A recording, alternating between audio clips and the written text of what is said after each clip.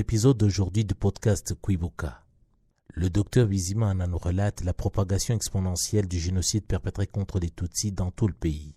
Les militaires, gendarmes et miliciens Interahamwe sont tous mobilisés et travaillent ensemble pour traquer et tuer les Tutsis sans exception aucune.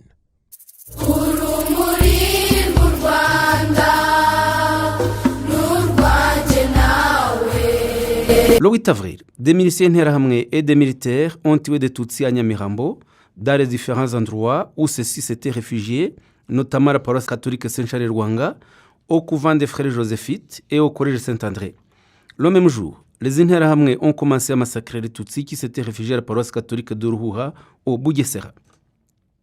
En commune Taba, préfecture Gitarama, ont également commencé les massacres le 8 avril 1994.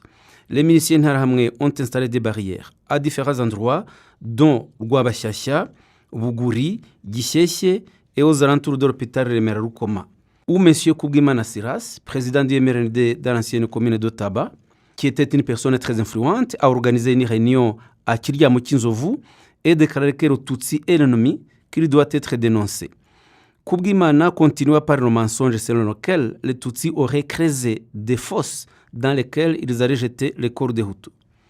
Depuis le avril 1994, les Tutsis ont été petit à petit amenés à Kiryamukinzovu, qui porta désormais le surnom de CND pour y être massacrés. Kubwimana Silas était à la tête des tueurs et a coordonné les massacres. C'est lui qui désignait ceux qui devaient mourir en disant « Tuez celui-là, épargnez cet autre pour que je puisse le tuer moi-même plus tard ». Les tueurs venaient à la commune attendre les ordres de Kubwimana pour aller tuer. De nombreux Tutsis sont venus se réfugier à la commune, mais y ont trouvé les Interahamwe qui les attendaient et qui avaient reçu comme instruction de les amener à Kiryamukinzovu pour les assassiner. Certains d'entre eux avaient été désignés pour tuer, tandis que d'autres devaient enterrer les corps des victimes entassés dans un long fossé. Les armes utilisées pour tuer étaient des gourdins, des roues et des fusils. Dans l'ancienne commune Kamembe, en district de Rusizi, des Tutsis ont été tués à la paroisse d'Onkanka, à la commune Kamembe et dans la localité de Busekanka. À partir du 8 avril, les Tutsis ont commencé à se réfugier à la paroisse d'Onkanka parce que les massacres et les incendies de maisons avaient commencé à Gitwa et Murambi. Les Tutsis se sont réfugiés dans cette même paroisse d'Onkanka parce qu'ils avaient pris l'habitude de trouver un refuge sûr dès les années 1959. Et ce jour-là, le bourgmestre de la commune Kamembe, Mubirigi Jean-Napoléon, avait déclaré que les Tutsis devaient aller se réfugier à la paroisse et y avait même envoyé des policiers pour, soi-disant, les protéger. Mais ce n'était pas ce qu'ils voulaient, car ils voulaient plutôt savoir combien de Tutsis étaient là-bas pour les empêcher de fuir vers le Zaïre. Le bourgmestre Mubirigi Jean-Napoléon et le curé de la paroisse d'Onkanka, Ngirishuti Tade, ont organisé une réunion avec les dirigeants des miliciens Interahamwe de la commune Kamembe et ont planifié l'extermination des mêmes Tutsis.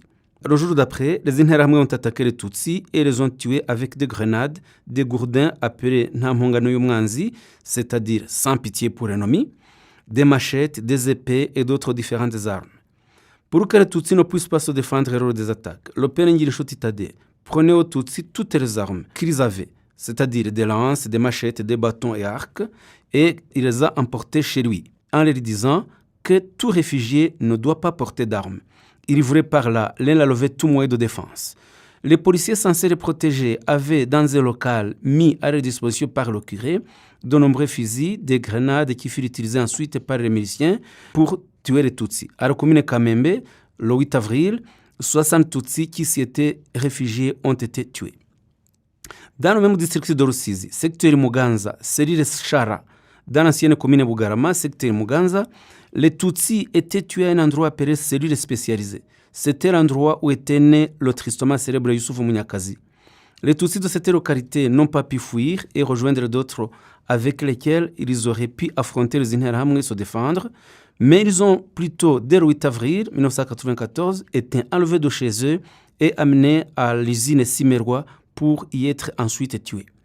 Le directeur général de la Simerwa, Sebatware Marcel, originaire de la commune Mukingo, préfecture de Ruhengeri et qui réside actuellement en Belgique, ainsi que le directeur technique de l'usine Ntawumenyumunsi Jean-Marie Pascal, originaire de Rubavu et résident actuellement aux Pays-Bas, ont dressé la liste des Tutsis qui étaient employés à la Simerwa pour qu'ils soient tués.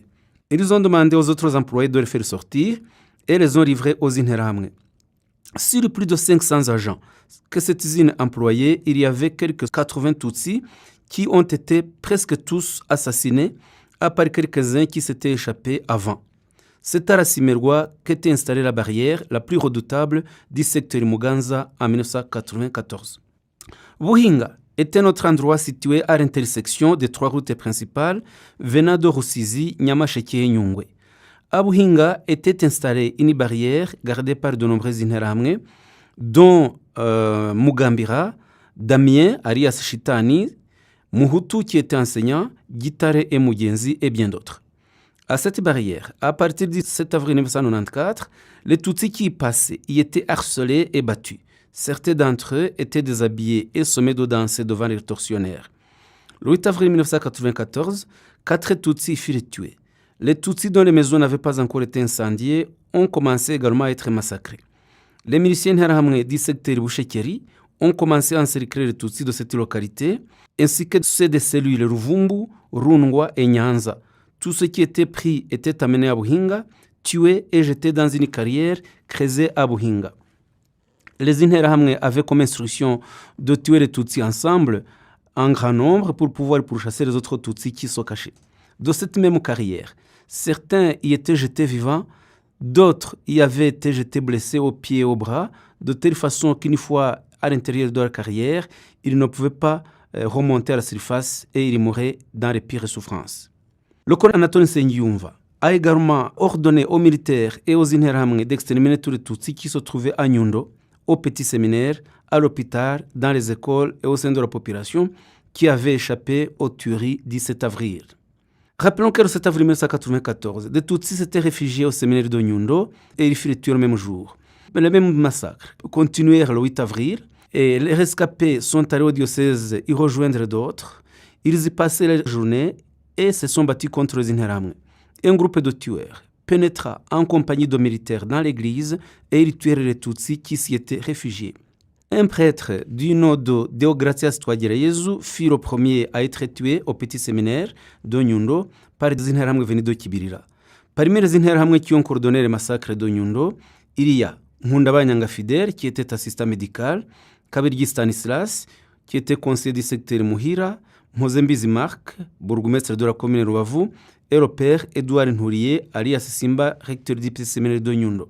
Ce dernier est incarcéré au Rwanda où il a été condamné à la prison à vie pour crime de génocide.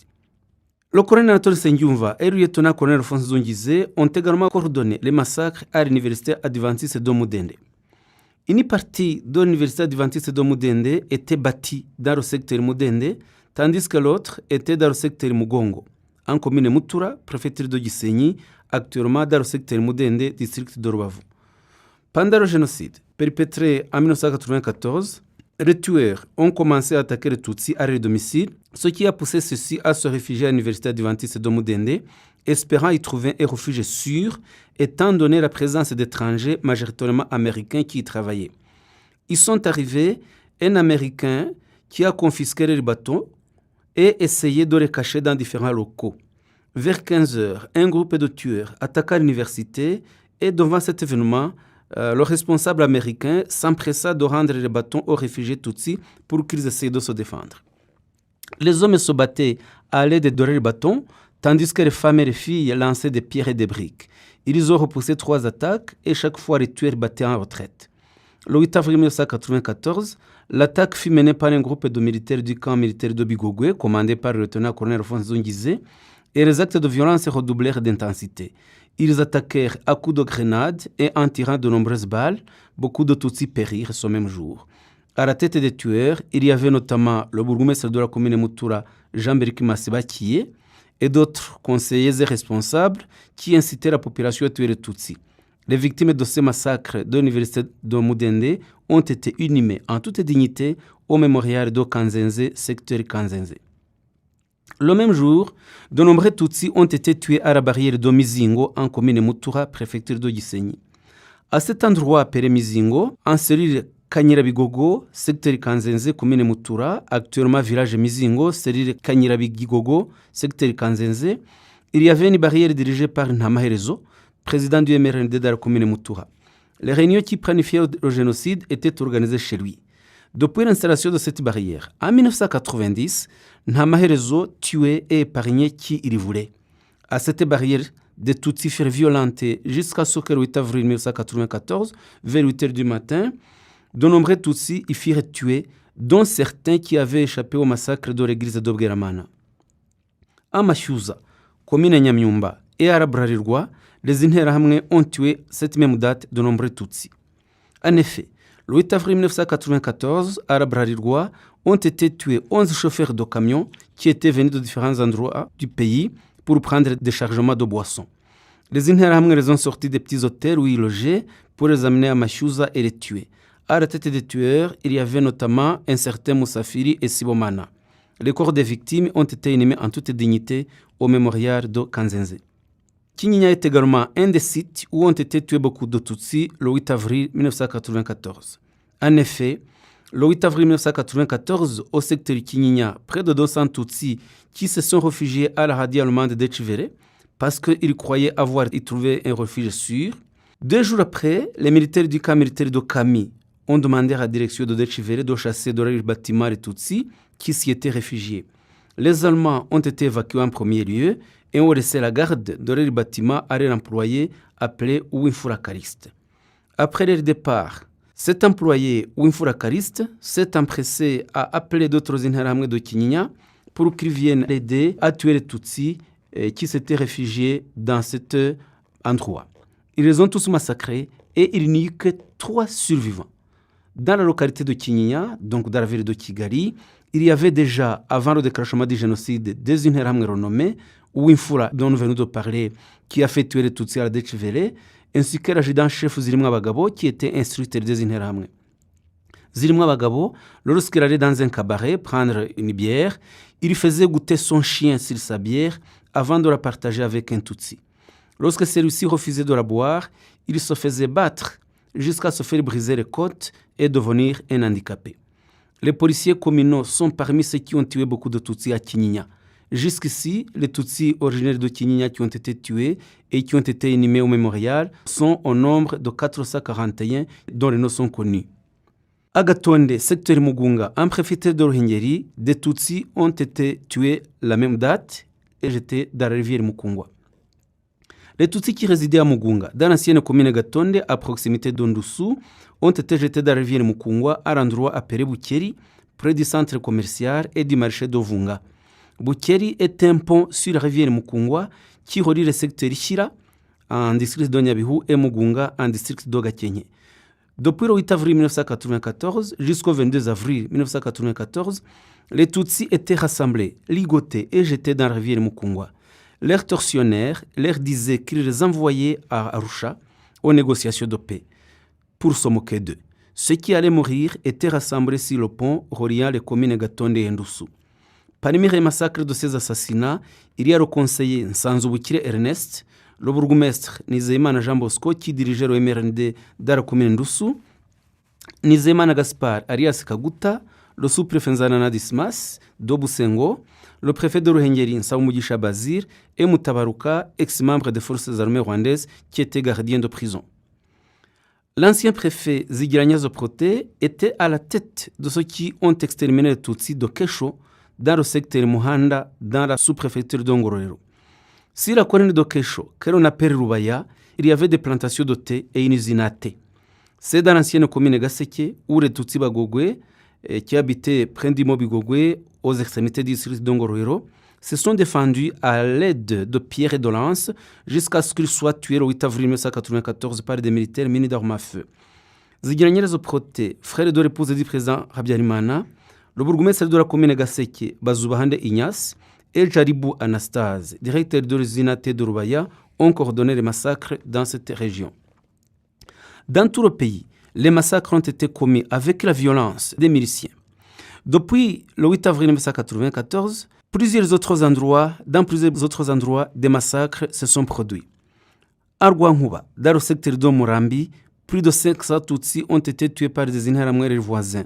Les tueurs étaient dirigés par le conseil Bizimungu Jean qui a rassemblé les Tutsis et les a brûlés vifs. C'est dans le district de Gatsibo.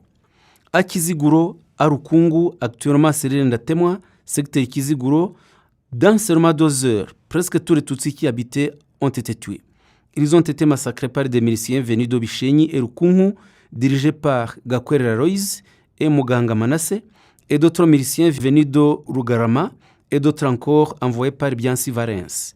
Le même jour, ont été tués des Tutsis à Kaje, Serire Rwamitereri, secteur Murambi, au centre de Rugwiro, où des Tutsis qui étaient rassemblés sous le prétexte de les protéger, afin de pouvoir en réalité les massacrer ensemble. Les assassinats ont été planifiés par le bourgmestre Gatete Jean-Baptiste et le conseiller Nkubana Jérôme. Gatete Jean-Baptiste, bourgmestre de Murambi, a été condamné par le tribunal pénal international pour Rwanda à 40 ans de prison. Il avait été condamné en première instance à la perpétuité. Des Tutsis ont été également tués à Ruforina, en Serire Gakenke, secteur Kiramuruzi, toujours dans le district de Murambi, de Gatsibo. De nombreux Tutsis s'y étaient réfugiés à cette Ruforina, croyant échapper à la mort, mais ils furent décimés et certains d'entre eux ont été amenés à l'église de Kiziguro pour y être massacrés. Parmi les organisateurs de ces massacres, il y a Gatete Jean-Baptiste, qui allait dans sa voiture inciter les Hutus à tuer les Tutsis. Il y a également le conseiller Munyabuhoro Pierre Claver et d'autres Interahamwe qui l'escortaient et qui étaient dirigés par les policiers Rusagara et Deo Niyonzima. À cette même date, les Tutsis qui s'étaient réfugiés à Rizina Tedomata, dans l'ancienne région de Nyaruguru, préfecture de Gikongoro, ont été massacrés aussi, ainsi que d'autres qui étaient réfugiés sur la colline Nyawera, secteur Mwiri, dans le district de Kayonza. Le même jour, près de 5000 Tutsis qui s'étaient réfugiés à l'église adventiste de Kiambara, secteur Bigogwe, préfecture de Gisenyi, ont été massacrés, tout comme ceux qui s'étaient réfugiés à l'hôpital de Shira, en préfecture de Ruhengeri, actuellement district de Nyabihu. Toujours le même jour, les massacres de Tutsis ont commencé dans la commune Rutsiro, en préfecture de Kibuye. Également à la paroisse d'Ozaza, qui est l'une des premières paroisses catholiques les plus anciennes du Rwanda, qui est en fait une véritable pépinière du savoir, au vu du grand nombre d'écoles qui ont été construites par l'Église catholique et autres religieux, cela n'a pas empêché que la haine des Tutsis y soit enseignée. Pendant le génocide, le 8 avril 1994, des massacres ont été commis sans aucune retenue à la paroisse d'Ozaza. Jusqu'aux dates du 9 et 10 avril, des tueurs ont lancé des attaques contre les Tutsis qui s'étaient réfugiés à la paroisse d'Ozaza, tuant et blessant de nombreux Tutsis. Des armes traditionnelles, des fusils et des grenades ont été utilisés. Jusqu'au 11 avril, le survivant de ces attaques essayait de se réfugier au petit séminaire d'Ozaza et jusqu'au 11, il n'avait pas été attaqué. Le 12 et le 13, les Interahamwe sont allés au petit séminaire et ont tué tous ceux qui s'y étaient réfugiés et ont jeté les corps dans le château d'eau de l'école. Le 19 avril, ceux qui s'étaient réfugiés au centre de santé ont été enlevés et tués à l'extérieur du centre. Ce sont ces dates principales, donc du 8 jusqu'au 19, où les Tutsis d'Ozaza ont été presque tous exterminés à la paroisse, au petit séminaire, au centre de santé et dans d'autres écoles. Parmi les responsables de ces assassinats figurent le député Yamwani Jean Bosco, le bourgmestre de la commune Mugesera Gakware Léopold, Ngendahimana Thomas, le gérant de la Banque populaire et ancien policier, et plusieurs Interahamwe de renom, dont un certain Ngiramubande et autres.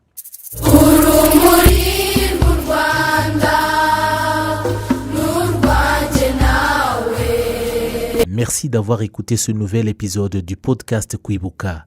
Comme toujours, assurez-vous de nous laisser un commentaire sur ce que vous avez aimé sur le podcast et partagez-le avec d'autres personnes qui seraient bien intéressées à l'écouter.